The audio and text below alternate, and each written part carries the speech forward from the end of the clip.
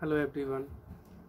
आज हम लोग सोशियोलॉजी के एक बहुत इम्पोर्टेंट टॉपिक पर डिस्कशन करेंगे और ये टॉपिक है रेफरेंस ग्रुप, संदर्भ समूह।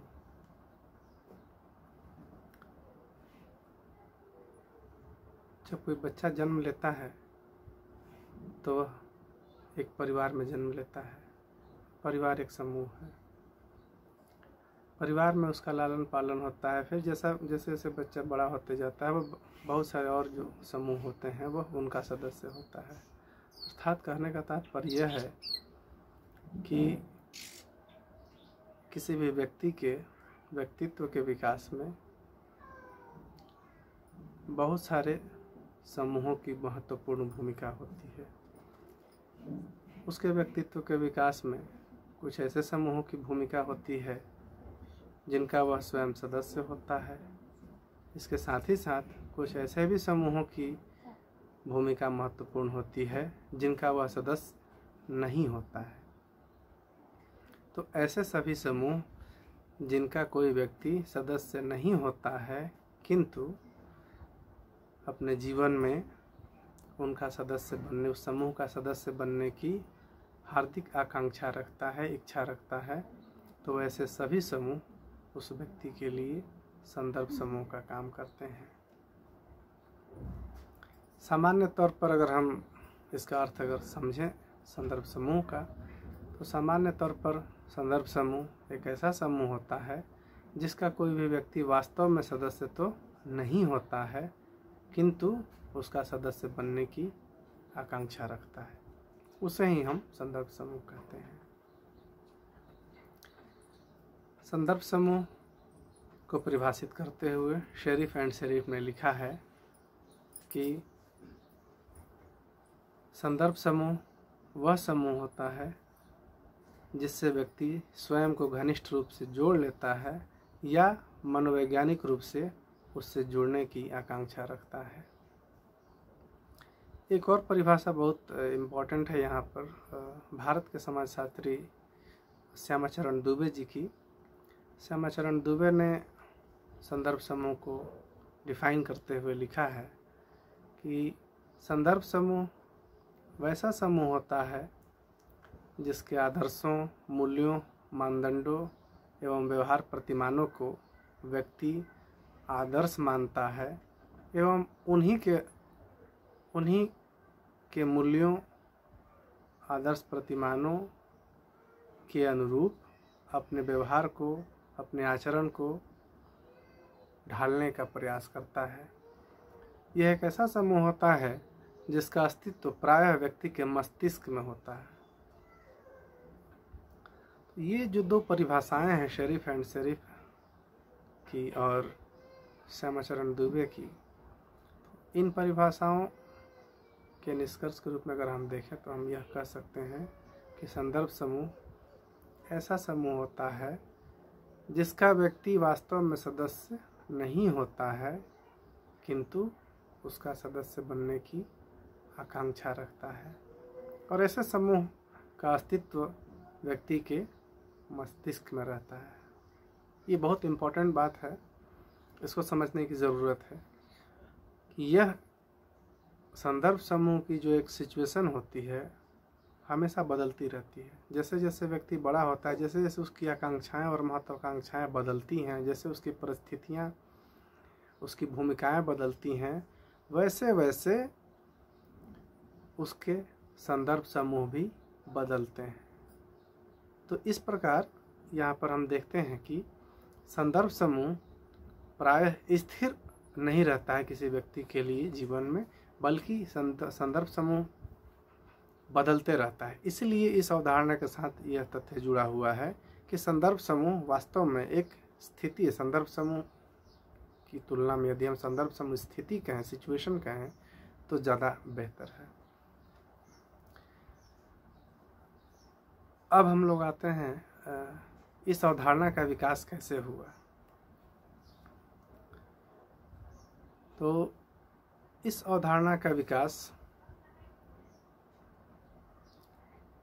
सबसे पहले मनोवैज्ञानिक हर्बर्ट हाइमन ने 1942 ईस्वी में एक आर्टिकल लिखा अपना, the psychology of status, the psychology of status 1942 में। उस आर्टिकल में उन्होंने एक स्टडी की थी जिसकी उन्होंने चर्चा की थी। उस स्टडी को ही उन्होंने पब्लिश कराया था इस आर्टिकल में। वो स्टडी क्या थी? वो स्टडी थी, उन्होंने अमेरिका के स्कूल जाने वाले जो बच्चे थे उनका उन्होंने अध्ययन किया था। तो अपने अध्ययन में उन्होंने पाया कि गरीब वर्ग के जो बच्चे थे वह उन्हीं के साथ पढ़ने वाले जो अमीर वर्ग के बच्चे थे, अर्थात अपर क्लास के, हायर क्लास के जो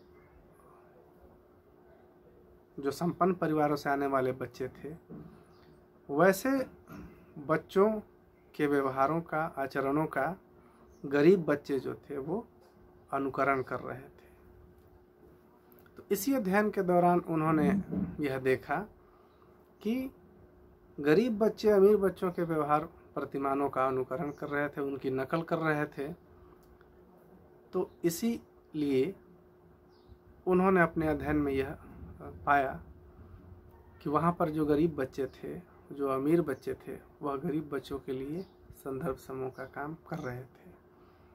और ये जो अमीर बच्चे थे और जो गरीब बच्चे थे, तो गरीब बच्चे अमीर वर्ग में नहीं थे, लेकिन उसके सदस्य तो नहीं थे, लेकिन क्यों उनका अनुकरण कर रहे थे अमीर बच्चों का? क्योंकि उस अमीर वर्ग के बच्चों से अपनी स्थिति की वो तुलना कर रहे थे, और इस तुलना में वह यह पा रहे थे कि अमीर बच्चों का जो रहन सहन है, उनकी बातचीत की जो शैली है, उनके जो व्यवहार प्रतिमान हैं, वो कहीं ना कहीं हमारे वर्ग के व्यवहार प्रतिमानों से अलग ही नहीं बल्कि श्रेष्ठ हैं।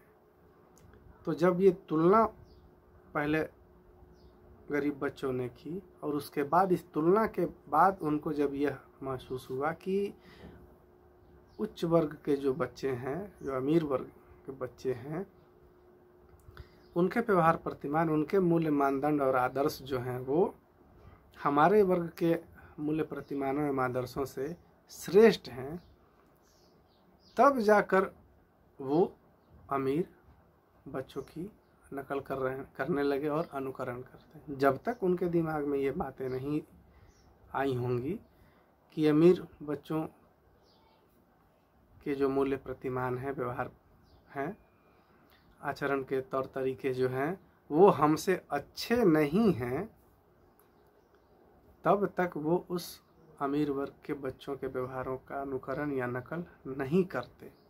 लेकिन हाइमन ने यही देखा कि वो उन गरीब बच्चे जो थे वो अमीर बच्चों के व्यवहार प्रतिमानों का अनुकरण कर रहे थे। तो उन्होंने यह पाया कि ये जो स्कूल जाने वाले दोनों क्लास के बच्चे जो थे, एक जो गरीब थे, पुअर फैमिली से आने वाले बच्चे थे, और दूसरी तरफ जो थे वो रिच फैमिली से आने वाले बच्चे थे। तो पुअर फैमिली के बच्चों के लिए, गरीब बच्चों के लिए वहाँ पर अमीर वर्ग के जो बच्चे थे वह संदर्भ समूह का काम कर रहे थे। इसी अध्ययन के दौरान उन्होंने इस टर्म को क्वाइन किया, गढ़ा। ये समूह अमीर बच्चे जो वहाँ पर गरीब बच्चों के लिए रेफरेंस ग्रुप, संदर्भ समूह का काम कर रहे थे। इस अवधारणा को आगे बढ़ाते हुए रॉबर्ट मर्टन जो अमेरिकन समाजशास्त्री हैं, उन्होंने अपनी पुस्तक social theory and social structure में इस समूह की चर्चा की है। और समाजशास्त्र में संदर्भ समूह की अवधारणा को लाने का श्रेय, स्थापित करने का श्रेय अमेरिकन समाजशास्त्री रॉबर्ट मर्टन को ही जाता है। रॉबर्ट मर्टन ने संदर्भ समूह की अवधारणा को न सिर्फ काम में लिया, बल्कि उन्होंने इस अवधारणा का गहन विश्लेषण भी किया। अर्थात समाजशास्त्र में संदर्भ समूह की अवधारणा को लाने का श्रेय अमेरिकन समाजशास्त्री रॉबर्ट मर्टन को जाता है। तो ये अवधारणा का इस प्रकार से विकास हुआ।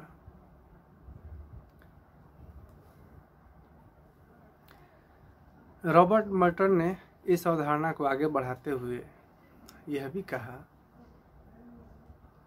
कि जैसा कि शेरिफ ने कहा था पहले, मैंने आपको बताया कि संदर्भ समूह ऐसा समूह होता है जिसका व्यक्ति वास्तव में सदस्य नहीं होता है, बल्कि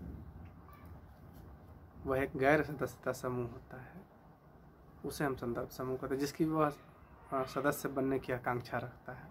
लेकिन मर्टन ने इस विचार को नकारते हुए कहा कि नहीं, यह आवश्यक नहीं है कि संदर्भ समूह किसी भी व्यक्ति का सिर्फ वही समूह होगा जिसका वह सदस्य नहीं है। मर्टन ने अपने विचारों को आगे बढ़ाते हुए कहा कि नहीं, किसी भी व्यक्ति का सदस्यता समूह भी, अर्थात जिस समूह का व्यक्ति सदस्य होता है उसके मूल्य प्रतिमान, उसके आदर्श यदि व्यक्ति को यह लगते हैं कि वही सर्वश्रेष्ठ हैं, तो ऐसी स्थिति में उसका अपना सदस्यता समूह भी संदर्भ समूह कहा जाता है। और दूसरी तरफ हम जैसा कि जानते हैं कि व्यक्ति के पर्सनालिटी के डेवलपमेंट में सिर्फ उसके अपने सदस्यता समूहों का ही योगदान नहीं होता है, बल्कि बहुत सारे ऐसे समूह होते हैं जिनका वह सदस्य नहीं होता है। ऐसे इन समूहों की भी उसके व्यक्तित्व के निर्माण में बहुत बड़ी और बहुत महत्वपूर्ण भूमिका होती है। ऐसे ही गैर सदस्यता समूहों के लिए संदर्भ समूह शब्द का प्रयोग किया जाता है। तो मर्टन ने यह बताया कि जरूरी नहीं है कि सिर्फ गैर सदस्यता समूह ही किसी व्यक्ति का संदर्भ समूह हो सकता है, पहली बात। दूसरी बात कि गैर सदस्यता समूह भी उस व्यक्ति का अपना संदर्भ समूह हो सकता है। तीसरी बात मर्टन ने जो आगे बढ़ाते हुए कही अपने विचारों में कि जिस प्रकार से किसी व्यक्ति के लिए एक समूह संदर्भ समूह का काम कर सकता है, उसी प्रकार एक व्यक्ति भी संदर्भ समूह की तरह ही काम करता है किसी व्यक्ति के लिए। ऐसी स्थिति में जो व्यक्ति विशेष किसी व्यक्ति के लिए संदर्भ समूह का काम करता है, उसको मर्टन ने नाम दिया है संदर्भ व्यक्ति, रेफरेंस इंडिविजुअल। उसी जिस प्रकार से, अर्थात कहने का यह तात्पर्य है कि जिस प्रकार से एक समूह किसी व्यक्ति का संदर्भ समूह हो सकता है, ठीक उसी प्रकार एक व्यक्ति भी किसी व्यक्ति के लिए संदर्भ व्यक्ति होता है।